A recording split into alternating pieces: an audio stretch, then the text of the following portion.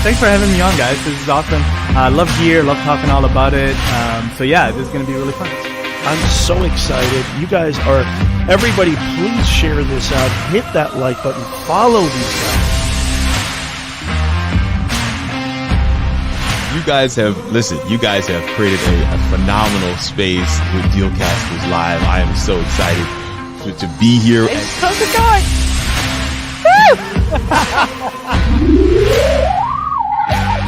Who was talking to you, Siri? I said the A lady.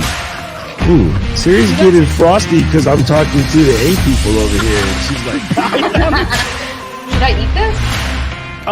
Yes. Because people really want that kind of conversation and relationship. Yeah, and your show won't be boring. Right. Oh my God, I love you guys. Chris, you're just amazing. Jim, so are you. You guys are the best hosts ever, I think. Just stop.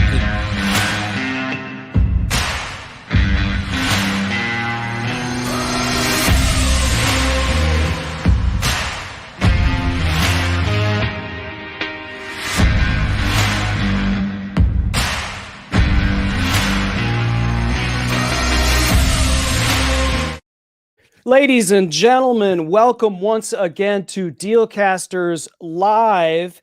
Ladies and gentlemen, boys and girls, we used to say car buying public, Jim, but now I think we need to say book buying public. That's right. That's right. That's why people are here. They're here to absorb all this amazing information, not from us, but from our guests. And our guest, Kelly Roach, is here. She's in the green room drinking up all the orange juice and eating all of our cookies. And we're so honored and happy to have her aboard on Dealcasters. My name is Chris Stone. I'm at Castahead at castahead.net. And the gorgeous gentleman on the left side of your screen, making me practically invisible, is the one and only man doing marketing the Marine Corps way, Jim Fuse. How are you? I'm doing great, Chris. And it's funny because we have a podcast with this, and it was a podcast that got me introduced to Kelly Roach. Kelly has an amazing podcast, The Unstoppable Entrepreneur, and so that's what caught my attention. And then I have to disclose that I am a client. Kelly Roach is my business coach, and it was one of many clients, Jim.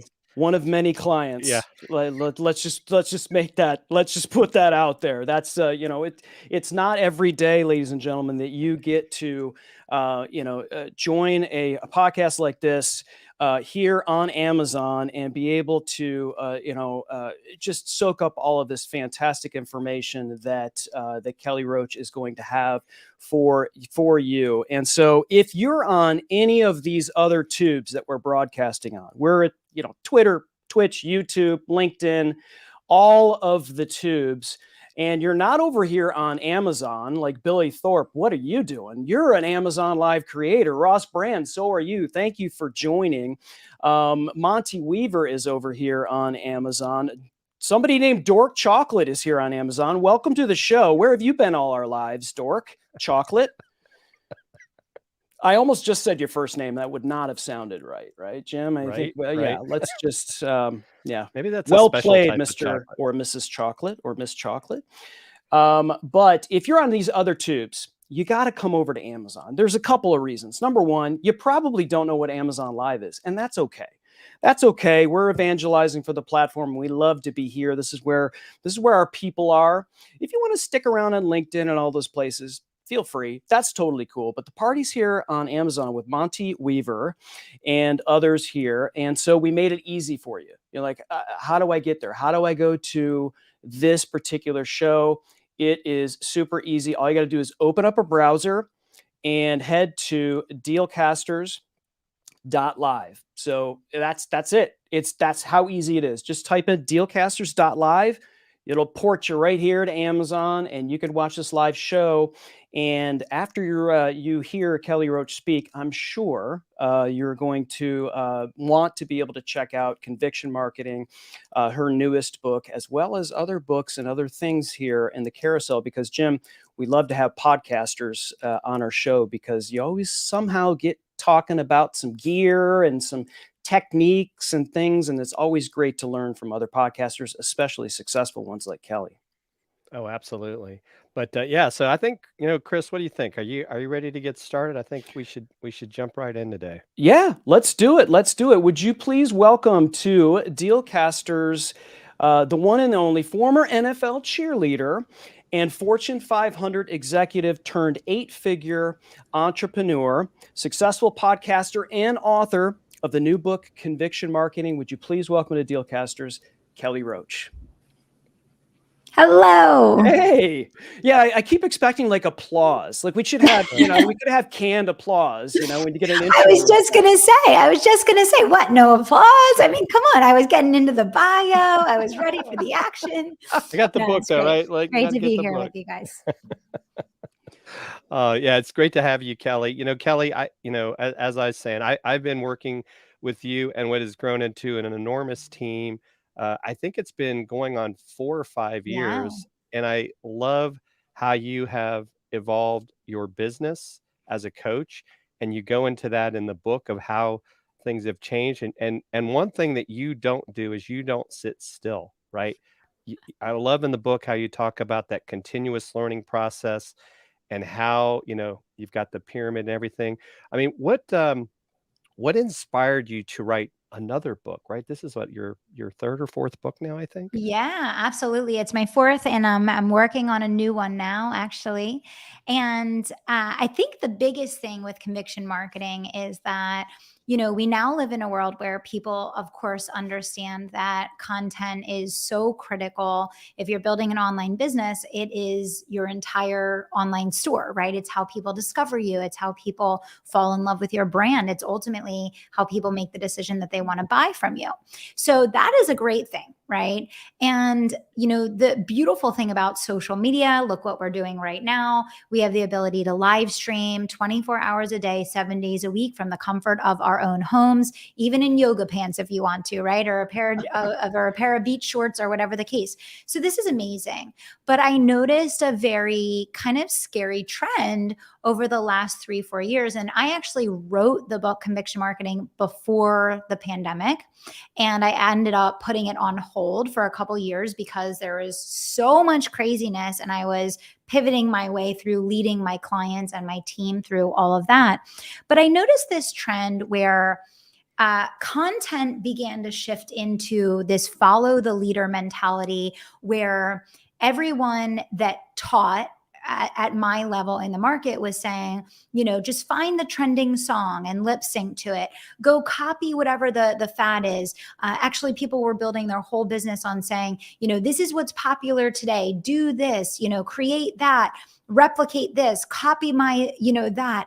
And I said, wow, this actually defeats the entire purpose of creating content. Right? Content should be an extension of your visionary leadership, of your thought leadership. Content should be the entry point through which you have a sense of expression for your unique perspective, your unique ideas, your philosophy, and the value that you bring to the market. And I think that we completely lost sight of what the purpose and where the impact of content really comes from.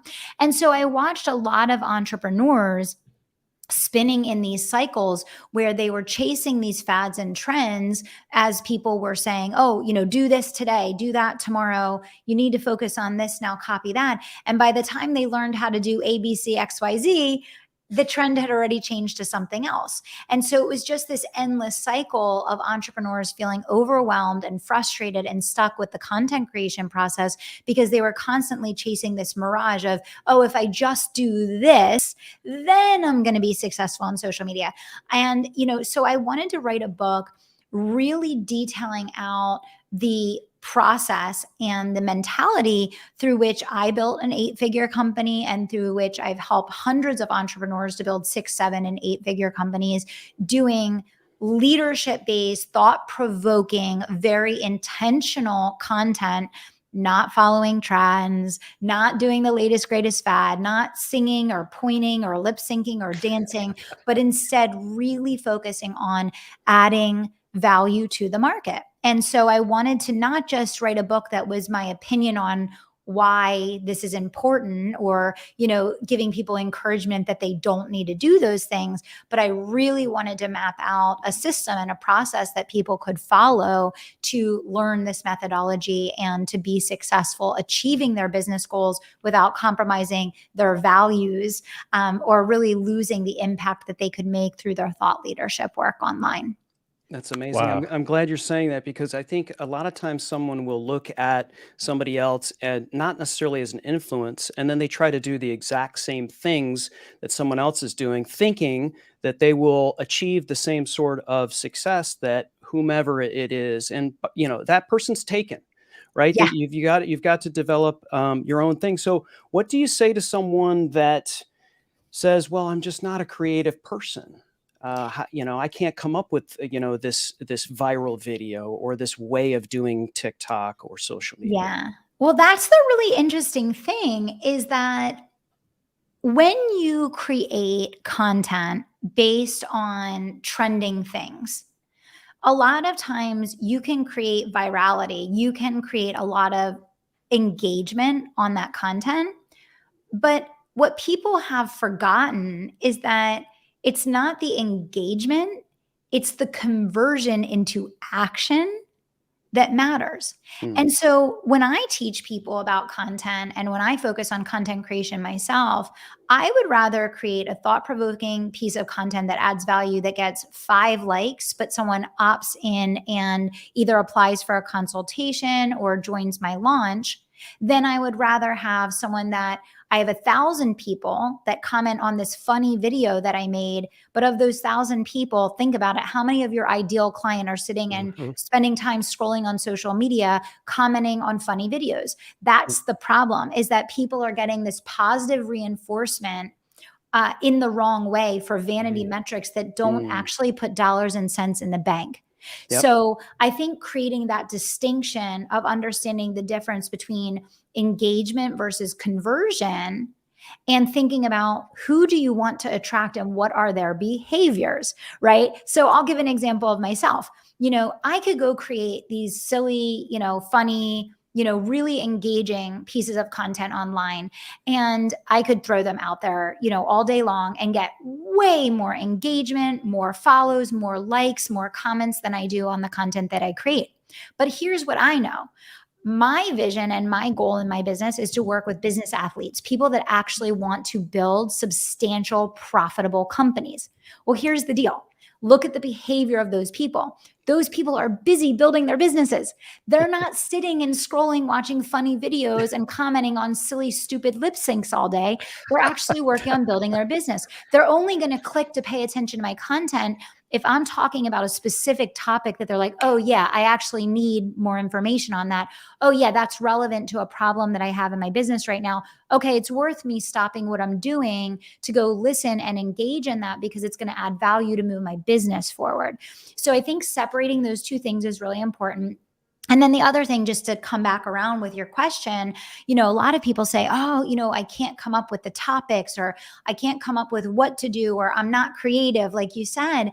When I was building my podcast, and I went from, I'm in the marketing category, which is one of the hardest categories, most competitive, hundreds of thousands of shows.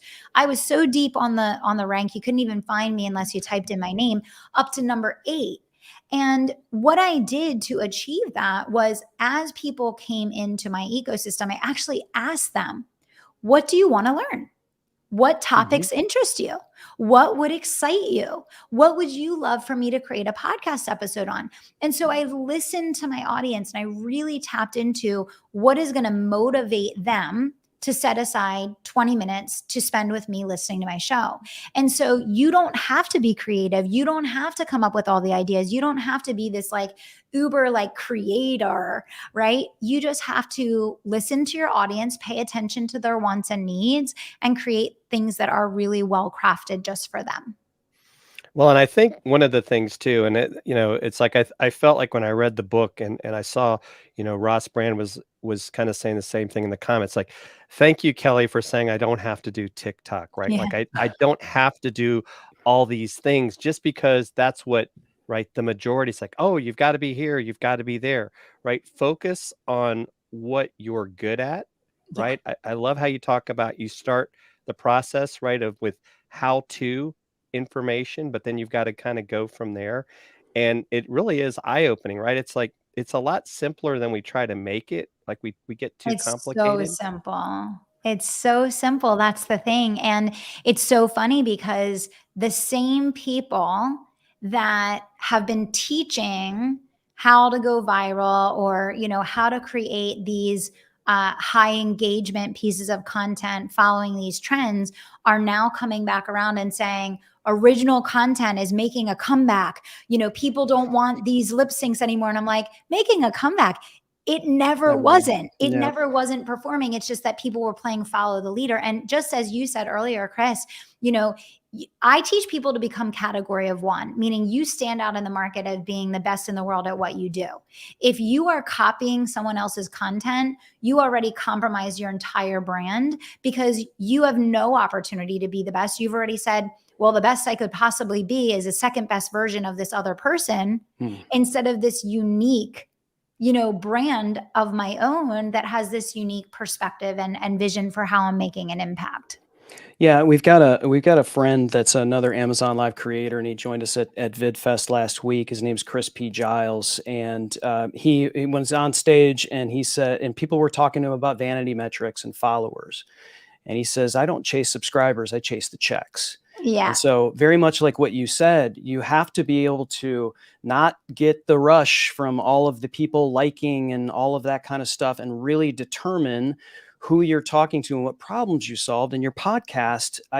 This is the other thing that I love. And folks that are listening to us or watching right now, either on Amazon or the other tubes, go and subscribe. I guess we can't say subscribe. It's free. Follow the Kelly Roach Show podcast, fantastic podcast. And she mentioned that it's approximately 20 minutes. And, whenever I listen to podcasts, and I listen to a ton of them, Kelly, you're always pounded with ads. Not always. You're pounded with ads. Sometimes the first time you hit the play button, you're hearing ads.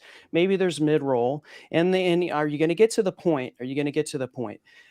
In your podcast, even in what you say in your intro, you use the phrase no fluff. And it is 20 solid minutes Yes. of content that you give. This is not something that you're paying for. This is not something. And so it was that you talked about asking everyone what they wanted in a podcast. Was all of that intentional? Was that based upon what you asked your community? Everything is incredibly intentional. I mean, people ask me all the time why I don't have sponsors on the show. I built an 8-figure business on free content. So the last thing that I want to do is dilute my show, which is 20 minutes of like rock solid, heavy hitting, like, bam, you're going to come in, you're going to get what you need, and you're going to get on the road.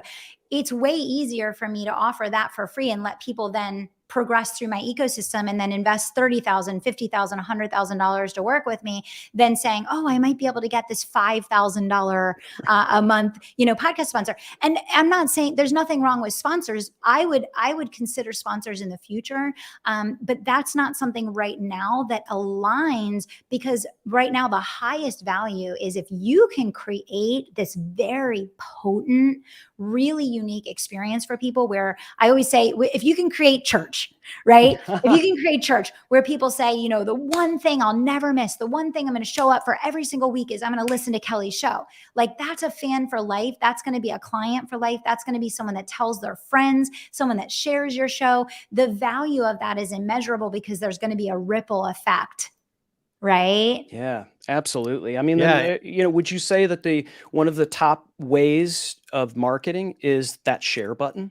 I mean, that just still is like one of the biggest drivers of any algorithm is how many times people are sharing it with others. Yeah, absolutely. Absolutely. And it's staying power. Like, that's the biggest thing. And I talk a lot about this in the book, because most people, when they think about marketing, they're only focused on the front end of, let me get in front of more people and let me get a click, a comment, a like.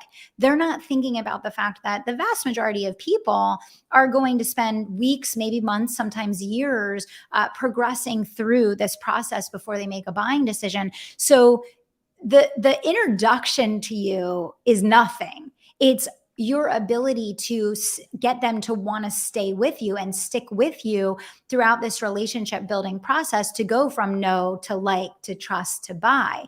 And that's the problem when you're focused strictly on that front end, tactical based marketing. Yeah, that's going to get more engagement up front, but you're not thinking about that process follow through to completion. Like you said earlier, chasing the check, right? You're not thinking about that follow through to completion. And absolutely getting people to be brand ambassadors and advocates of the brand, where they're like, I got so much value from this person for free.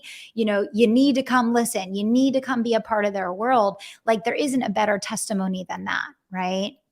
Yeah, and you kind of take that next step, and you came up with an acronym in the book, and it's care more. Yeah. And I think that's so powerful, right? Because when we get these, they really, you turn these into friendships. It's not like, oh, it's just a customer. You have to right? It's giving back and realizing that these people, once they get connected to you, could be connected for life. So do you want to talk a little bit about how you came up with that? Yeah. Again, it was, something very similar. So when I was building my company, and this was long before, this is when I was a baby company, right? Like, I was maybe 6 figures, maybe not even 6 figures yet. I was really looking at the coaching landscape, and I could see once again, that the entire mentality and focus of people in the world of coaching was very transactional. It was, how do I get the most clients the fastest, never talk to them again? Like, literally, that is the mentality. Like, get them in, never talk to them again, get them to pay, and then move on and sell to more people. And I said, wow. I said, if we could focus obsessively on caring more about the value and the results that people get, we will grow faster and we will outperform everyone in the market. And that's exactly what happened. We just won Inc. 5000. You saw we got the regional award out of, millions of people in the southeastern part of the US. So it's funny because I always say, do the right thing for the right reason, and you're always going to win. You can take shortcuts. You can take shortcuts with your business. You can take shortcuts with your relationships. You can take shortcuts with your marketing. And you may feel, or it may look like on the surface, that you're jumping ahead more quickly, but in the end, it's never what works out.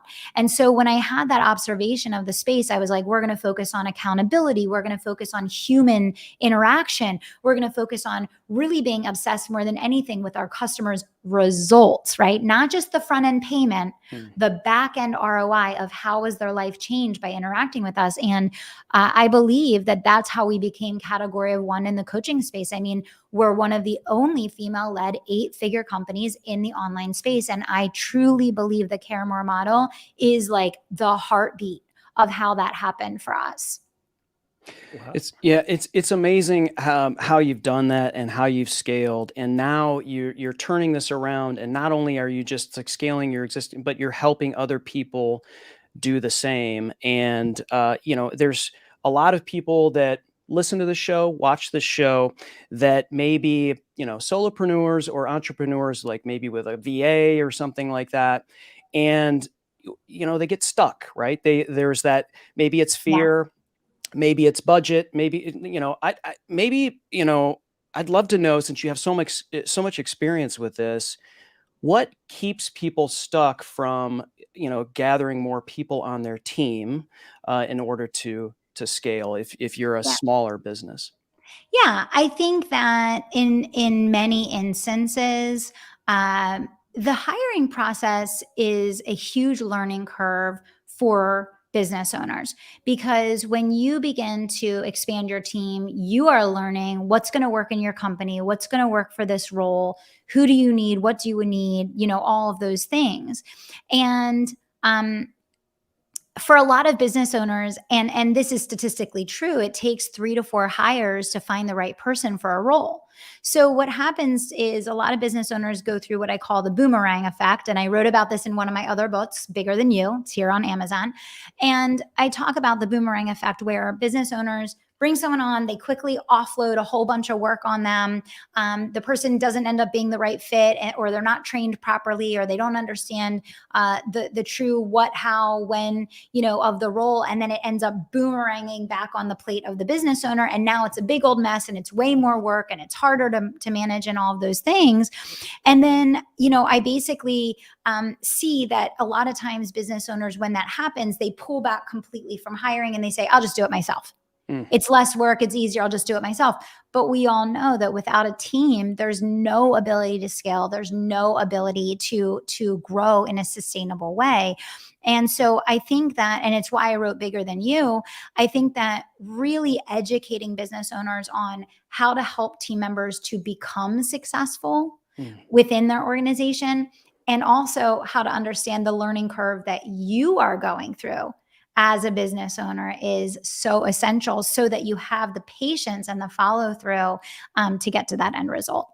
Well, not to mention too, if you're doing everything in your business and you're pulling that back and saying, I'm going to do it myself, what does that leave you in your personal life? What does that leave you in your family life and in your spiritual life? All of the things that are sort of maybe outside of what you're doing, to allow yourself to be a more happy person, loving what you do, right?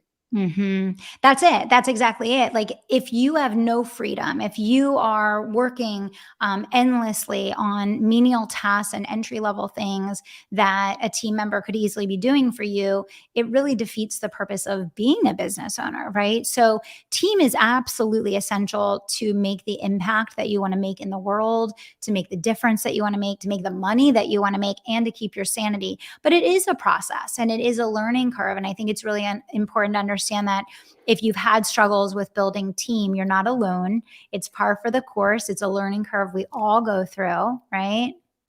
Yeah. Now, Kelly, you've done that. I mean, what have you found has been some of the keys? I mean, I think sometimes like people feel like, oh, this is my role, and there's nothing more. So do you look for people that are growth oriented, that want to keep learning, that want to push the boundaries? Do you think that's important as well? As like, hey, if I'm with this person or this organization, how can I continue to grow later? Because I know like Nicole, who works directly with me, has been with you for quite a while. I know she's one of your key team members. How did you go about doing that?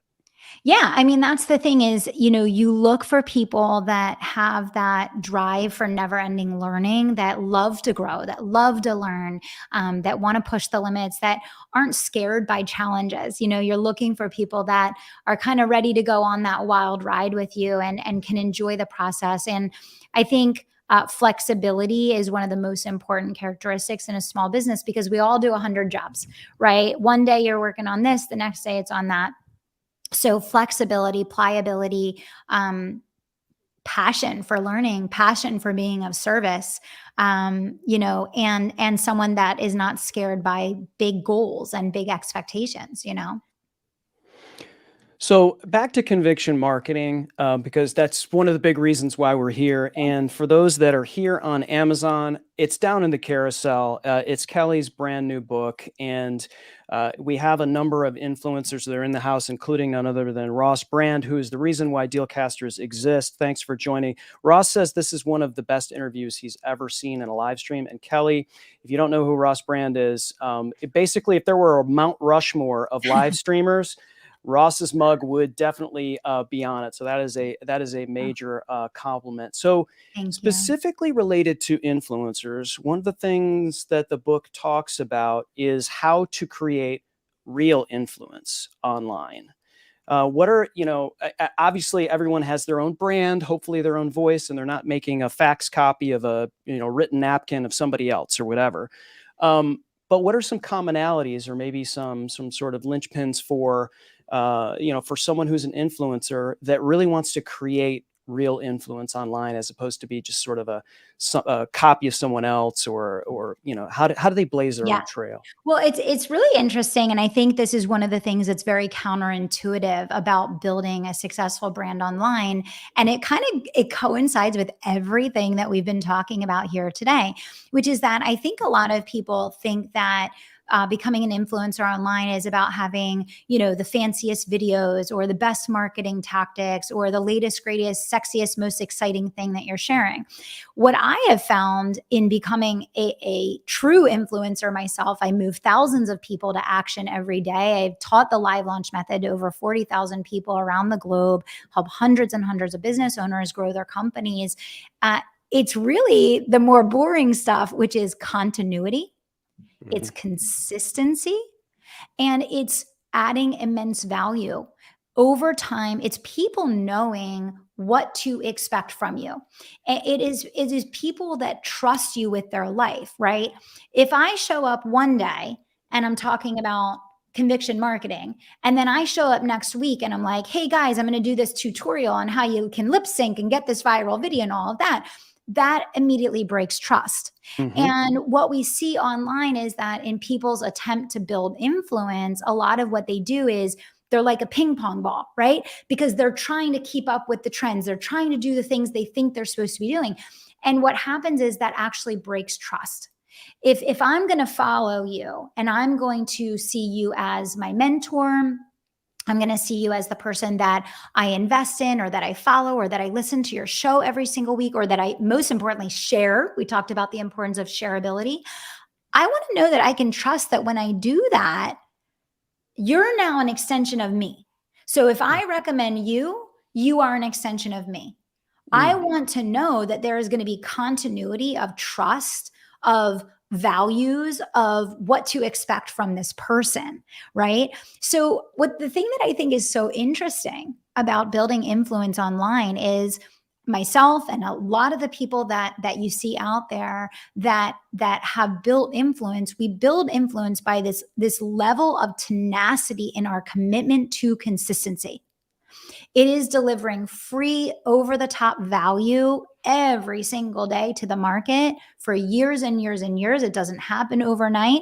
I always say every overnight success is 15 years in the making, right? It's just we just so happen to find out about that person when they're having their moment and you're like, oh my gosh, this person came out of nowhere and they're just killing it. And it's like, and then if you actually read their bio, you would see, no, that person has been in business for 15 years. They were doing the work all along. It's like now they're just finally having their moment because they did the work. So preparation met opportunity. And now you're seeing that, right? So it's just, there are some counterintuitive things with building a business, I think. And that's why I do things like writing the Bigger Than You book and writing the Conviction Marketing book. I try to write on topics where there aren't other books for entrepreneurs, because these are the misunderstood concepts that take people in the wrong direction that aren't beneficial to them, right? So that's a little bit of how I see the world of influence for sure. It's incredible perspective, because you're not thinking about on social media just being a trumpet of here's what I'm doing, here's the next thing I'm doing, you're actually thinking about how or why that person would share that content and how that represents them. It's obviously very selfless, but it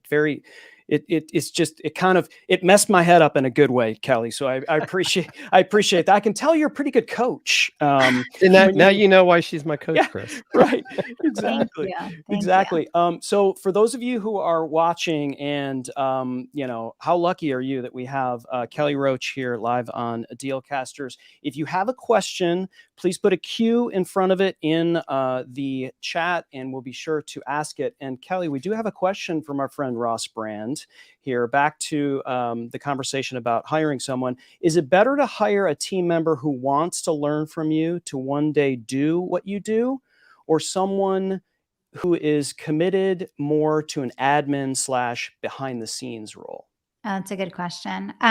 So I'm going to answer it kind of differently, but there is a distinct answer. So when you hire someone who wants to one day do what you do, within a matter of weeks, maybe months, that person is going to decide that they can do what you do and they can do it better than you.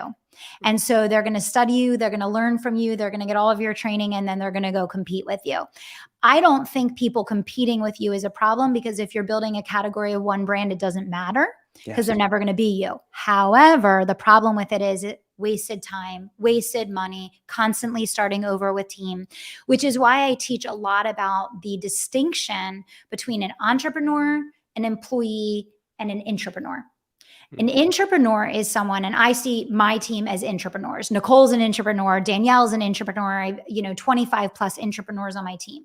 These are people that have an entrepreneurial spirit. They're business builders. They have the same characteristics of an entrepreneur, but they don't want to go be a business owner. Many of my team members actually have been business owners before and realize that's actually not for me. I want to do the thing that I'm really good at, and I want to be the best at it. I don't want to do these 1,000 jobs as a business owner where you're not really getting to do that thing that you love anymore. You're really focused on sales, marketing, operations, finance, HR, legal, all of those other things. So an employee is just kind of a plugger, right?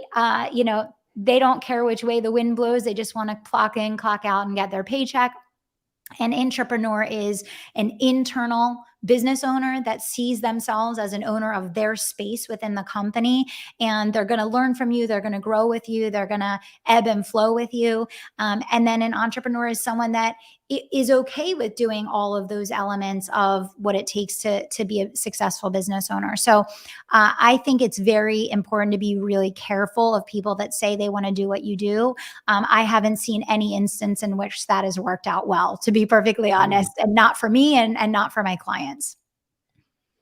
Well, and it also takes experience to be able to get to a point where you have this type of knowledge, right? So it's like, and it's interesting the way you're taking an interest in their career paths. You have to understand what's your next, where are you going there? How can I get you there? And if it doesn't happen to be on Team Kelly Roach, okay, that's okay. Now I know what I have, right? Yeah. Now I can still manage my team and help this person, because I've found it being a manager in other companies, it's like, you never know if you help someone get another job somewhere else, how that may come back to you. Not only just going through the experience, but that person may be someone you need help from in the future. Right? 100%. Never burn bridges. I mean, I came from Fortune 500.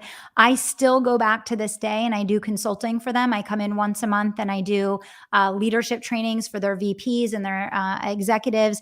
And I was just last night, I was audio messaging with one of my past employees, and she was saying, "You're the person who showed me that I could have my dream, like that my dream could be possible." And I think so many people make a huge mistake, with burning bridges with past employers. And so I would just definitely say, I think that's really important. And wherever possible, building bridges, not burning them, will help you in every area of life. So just something to keep in mind. And this kind of goes back to something you talk about in the book as well. And in the book, you talk about, like, yes, we all have competition, but when you're trying to become a category of one, don't get so worked up and worried about what they're doing. Focus on what you're doing. And I thought that was kind of refreshing, because so many times we see people like, oh, well, if I copy what so-and-so's doing, I'm going to become successful. And that's not necessarily the case, is it? No, absolutely. I mean, someone could take my social media posts, they could take my launches, they could take my content, and they could repost all of it. And that doesn't mean that they're going to get a response or have any success. There's something innate and something that is distinct about coming from a place of creation, intuition, life experience, knowledge, expertise. A lot of people think that if they do what someone else successful does or say what someone else successful says, that they will replicate those results. And that's not the case. And, so that's why one of the first things that I did when I was beginning to scale my business was I disconnected from all of my competitors. I got off of all of their email lists. I unfollowed them, all of those things, because I didn't want to unconsciously be absorbing what they were doing and create from a place of, this is what my market is talking about, or these are the topics. I didn't want there to be any influence. I wanted to create from a place of intuition, of expertise, authenticity. And I think that really, really helped me a lot with creating the distinction of the brand, because it's not a replica of what someone else is doing. It is unique and distinct. And I always say, I think it's important when you're starting a business, you have to assess market viability, and you have to gain an understanding of the landscape in order to understand how to position yourself and how to integrate into the market. So I do think that that adds value when you're beginning to get started in business. But I do believe when you get into marketing your business and really growing your company, you have to have a cutoff point where it's like, let's take the pacifier from the baby. Now you got to figure out how to pick up the bottle and drink, right? And I think that the sooner that you get to that place in your business, the more fun you're going to have, because you're actually creating things that are inspiring and exciting to you, versus creating things from a place of, well, everyone's talking about this, so I better, add value or comment on this, that, or the other. And I think that also sets you free. It really sets you free when it's not if this, then that, right? It's more so, who are you here to serve? And what is your message for those people? And how do you believe that you can add value for them? Amazing, amazing. And one of the great ways to market, and has been for the past number of years, especially in the past few years, is podcasting. And how do you keep someone who either just started a podcast, maybe even a year ago, to someone who's thinking about starting a podcast, to sort of maybe turn off the noise and understand that podcasting isn't something that, even though you might see something on an algorithm or on your screen or on YouTube that says, you can get, 1 million downloads in 6 days by just following these 4 steps, and all the things that are lies, quite frankly. Yes. How do you keep someone, get them to ignore the noise and understand what a thing like podcasting or some other form of marketing that may be more of a long game? Yeah, I talk a lot about podcasting, and it's really interesting because I think people really struggle with committing to things that are long range and are not transactional. But I think the best marketers and the best business builders are the people that are willing to invest in playing the long game. And so, I talk a lot about, the importance of creating your legacy body of work. And I believe podcasting is the absolute best way to create that legacy body of work, that and writing books. It's why I'm always working on those two things. And, again, I think it's like, are you a transactional, fly in the ointment, or are you someone that's really looking to build a business of substance that's going to stand the test of time? And what I talk about a lot with podcasting, and I said this from the day I started mine, and I still say it today, over 800 episodes in, is that, algorithms change every single day. But people wanting to throw in earbuds and get motivation, education, and information, it's never going to change. It's never going to change. And it's such a unique format because it's the only format where people can be completely free hands, free eyes, doing other things in their life while getting an education online. I mean, there's nothing else like it. Yeah, it's an intimate format. You're catching somebody on their commute to work, or walking a dog, or going for a run. And again, it's thinking about your ideal listener, and then, giving them information that they could use. I love the fact that you just said, I'm going to make this in 20 minutes or less. And it's just going to hit. And you never asked me, but originally you asked your community, and I must be a target demo, I guess. But like, that is all very intentional, but it doesn't come across that way at all. It comes across like, she just, hanging out and talking to this killer other podcaster, or maybe it's just you just giving information. It's very unassuming, yet incredibly valuable. And I know that wasn't on accident. It probably came with a few mistakes. Can we go back to episode 1 and maybe just pipe this in? And would you be happy with episode 1? You think episode 800 was better than episode I would 1? hope so. If I didn't get any better over 800 episodes, then we have some issues, right? Yeah. Well, Kelly, you go back to something you said earlier, right? So many business owners think transactional. And the other thing you talk about is, right, it's the journey, right? And this is something that even in my own mind, right? It's like some people say it's not a sprint, it's a marathon. No, it's beyond a marathon. And you even talk about that in the book, right? It's like a journey and you continued to evolve your business. It's more than really one business. And also, as you talk about this, you started another, is it brand your courage? I hope I'm Give her saying it. courage. Give her Yeah. courage. Yeah. And that's a whole nother thing you're doing to kind of give back and inspire, the young women of our generation that they can be like Kelly Roach someday, right? And I think it's amazing. It gives me hope for, Chris, you didn't have daughters, but I do. And so those are one of those things that it's great for them to have role models like Kelly. And a funny story, Kelly, when my oldest daughter found out that I knew you, she was like shocked. She's like, "You know Kelly Roach?" That's so sweet. In a good way. Oh, that's wonderful. Yeah. Yeah. I mean, and that's the thing. I think that when you're in it for the long haul and you have this, vision for your life and your business that spans decades, not, a few weeks, you take steps to invest in creating things from a place of building legacy and creating generational wealth and, creating transformational change in the world versus just saying, well, what do I need to do today to get a sale? Right. And that's, that's not very motivated in the long term. Right. Which is why I think a lot of business owners kind of lose their fizzle, their sizzle. Like it's when you don't have a North Star that you're working towards and something that is very deep inside of you that you're being driven by, it's hard to keep going because running and growing a business is hard. It is. And I know that is the opposite of what everyone wants to hear. And it's the opposite of what they're bombarded with on social media every day. But I mean, Jim, you know this about me. I've been talking openly about that from day one. I'm like, this is really freaking hard. Don't do it if you don't want to work your tail off. I say to people with the Great Resignation, I'm like, if you're resigning right now because you have a hard boss and you work too long hours, please don't start your own business because you're going to get a way harder boss and you're going to work way longer hours for way less money. Right. And that's the other side of the Great Resignation that no one is talking about. Right. So, it's a journey. It's a marathon. It's not, it's not a sprint. So I think, keeping that stuff in mind is really important.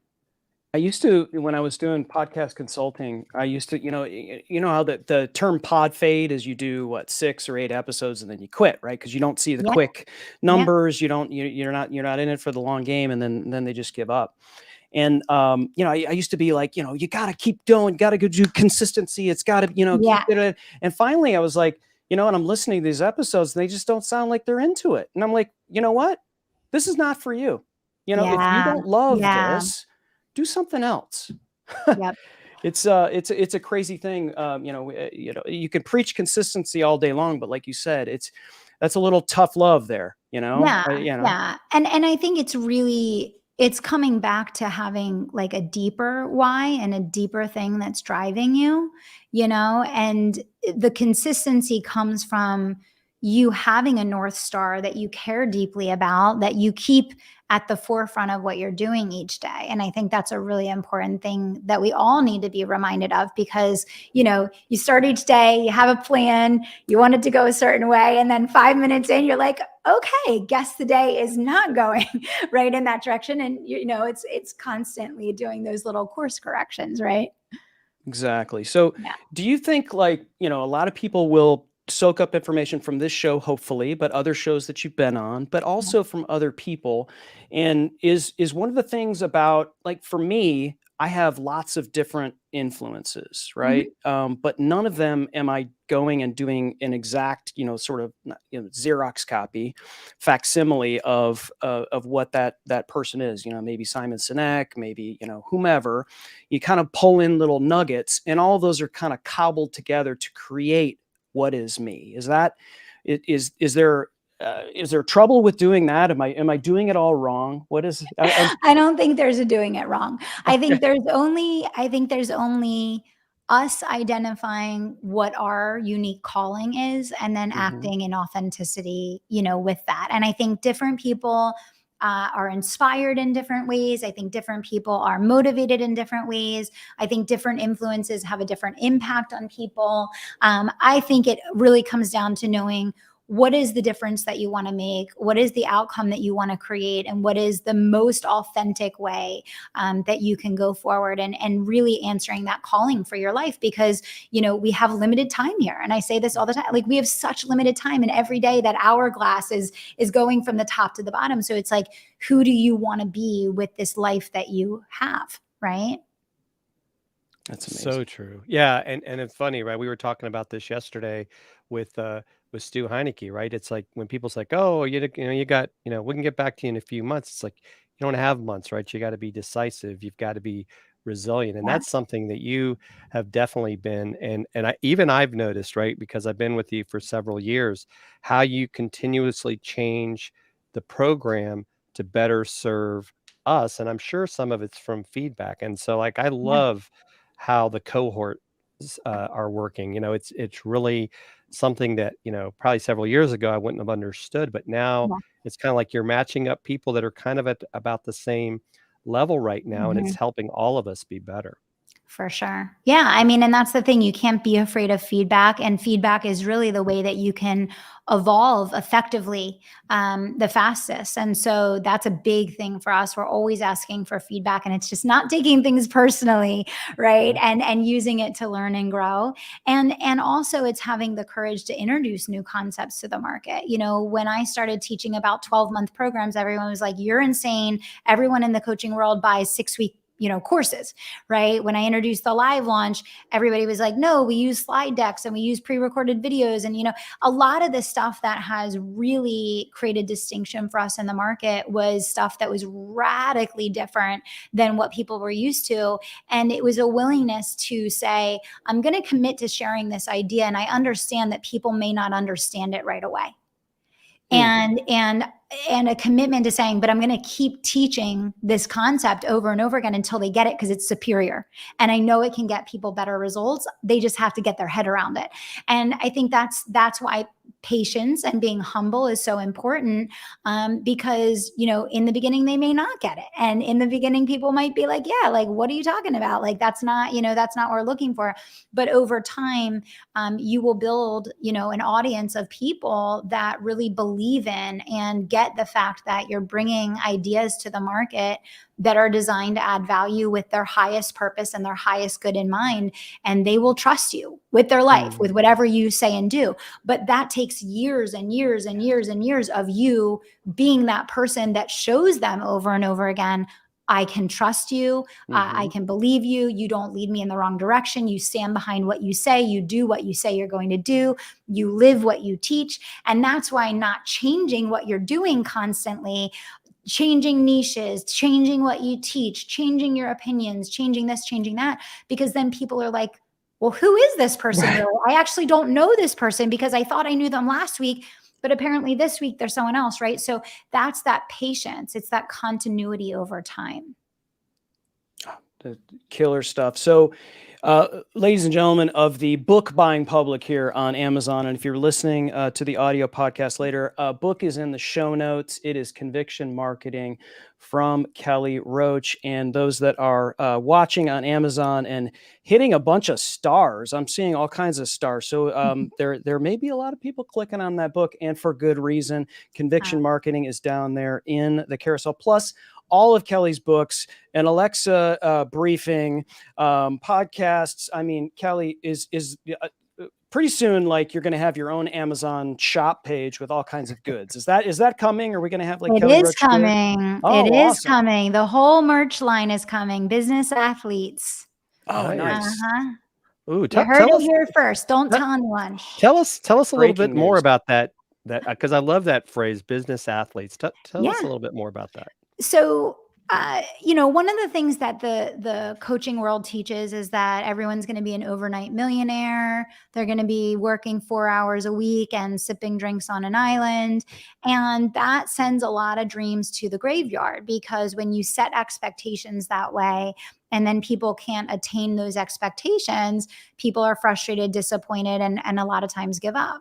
And I've taken a very different approach, and I've coined this phrase business athletes. And I've talked about the fact that in building a business in our world today, you have to run the drills the way an athlete does. So you have to commit to your business the way an athlete commits to their sport. And so we have all these like phrases and, methodologies and words that we use and all of that. So we're creating a product line around that, that is really for the person that has this like very high vision and standard and set of goals for their life that really embodies, Jim, like the unstoppable mindset, right? So that's kind of what's coming with that. That's very exciting. That's very like Kobe Bryant, right? Is the perfect example of that. One of the greatest basketball players of all time, worked his tail off every single day, and his regimen is documented all over the internet. And you just don't, like, once you get to the, to the top, you don't just sit there. Because it won't be long before you're out of a job. Run over. You got to be a lifelong learner, and you got to continue to put in the work. That's amazing. Business athletes. Well, is it going to be like fitness type gear, maybe? Yeah, like t-shirts and Okay. hoodies and Awesome. all that kind of stuff. Yeah. Very awesome. cool. Well, be sure to let us know so we can Will add it to do. our Dealcasters world, because we'd like to assume that you would like to be a part of it, because you're Yes. here on the show with us, and we just can't thank you enough for taking the time to do that in your like ridiculously busy schedule. So Yeah. it's just been an honor, and thank you for just delivering so much value to the audience. Yeah, No, and thank I did you. want one last thing, Kelly. There's something special you've been doing with some of these book sales. Would you like to talk about that? Yeah. Oh my gosh. I'm so glad that you brought it up, because this is the month actually. So when we launched Conviction Marketing, so I've been donating to charity water for many years now, and clean drinking water is one of my core philanthropic passions. And a couple years ago, we built our first well, we fully funded our first well in Malawi. And when we launched the Conviction Marketing book, we invited anyone who wanted to buy a book bundle to be a contributing member to building our next well, which is kicking off actually this month in Nepal. And so all of the sales from those book bundles that we sold during the launch are going 100% of the profits are going to building our next water project in Nepal, which actually is kicking off this month. That is so awesome. I mean, and Awesome. it just, it shows you the kind of person that Kelly is. And I just, that's one of the reasons why, started with a podcast, right? Yeah. That's what intrigued me, and then taking the next step. So that's where I think people need to think about that. Kelly, where's the best place for people to connect with you? Well, I would say start with the podcast. I think you said it best. Kelly Roach Show. There's over 800 episodes. You can binge that thing on every topic under the sun related to mindset, building your business, scaling online. And, definitely come back and connect with me on Instagram. You can message me and just say hello, Kelly Roach Official. But the podcast is a great place to start. I mean, you can scroll through and pick episodes on all sorts of different things. And I guarantee it will make your life better in some way, shape, or form. Thank you. Nice. Well, we are Dealcasters. We like to give everybody deals, and that was just a guarantee, right? So there's no greater deal than that, to be getting free information from Kelly. And we hope that you get a bunch of followers on that podcast, because Thank it you. is absolutely fantastic. Why wouldn't you take 20 minutes out of your day? But you might be able to binge about 4 or 5 or 6 episodes There you on a go. run. There you So go. that's just a little thing. But anyway, Kelly, thank you again so much. It's been an honor. And for everyone else who's here on the book buying public on Amazon, be sure to pick up Conviction Marketing. And as always, don't fear the gear.